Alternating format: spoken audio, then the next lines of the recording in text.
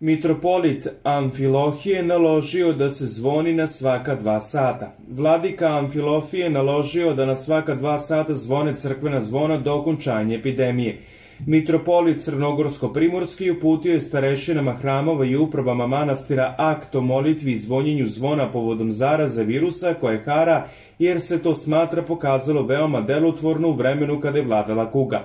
U ove dane kada se celi svet suočava sa opakim virusom koji je odgovoran za veliki broj smrtnih slučajeva širom sveta, naša sveta crkva moli se Gospodu našem Isusu Hristu, koji je jedini pravi lekar duše i tela, da pokaže milost svoju, zaustavi širenje ove opake bolesti i pomiluje sav ljudski rod.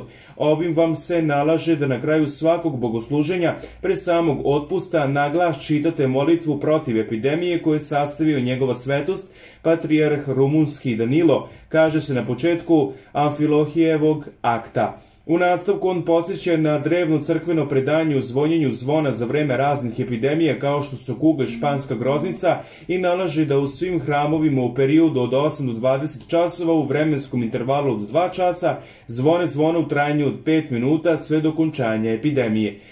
Blagotvornost ove prakse potvrđuju naučna istraživanja koja je u svoje vreme sproveo ruski naučnik i ekolog Fotije Jakovljević Šipunov. Crkvena muzika, naročito zvonjeva crkvenih zvona, blagotvorno deluje na ljudsko zdravlje. U ruskim laboratorijama pomoću ogleda utvrđeno je da oscilacije ultrazvučnog dijapazona crkvenih zvona odbija bacile kuge, zatim viruse i druga infektivna oboljenja koje se prenose vazduhom, obrazložio je Amfilohije. U Valjevu bez osveštanja vodice. Eparhija Valjevska Srpske pravoslavne crkve donela je odluku o odlaganju osveštanja vodice za Vaskrs. Ta eparhija dostavila je obaveštenje sveštenstvu da se u skladu sa odlukama državnih vlasti i preporukama Sinoda Srpske pravoslavne crkve osveštanje vaskršnje vodice na teritoriji eparhije odlaže do daljnjeg, najverovatnije do Petrovdanskog posta, a arhijerskim namesnicima je povereno da isprate sprovođenje ove odluke. Molitva protiv epidemije. Gospode Bože naš, koji si bogat milosrđem i mudrim promislom upravljaš našim životom, usliši našu molitvu, primi naše pokajanje za naše grehe, zaustavi novu zaraznu bolest, novu epidemiju, kao što si jednom prestao da kažnjivaš narod u vreme cara Davida.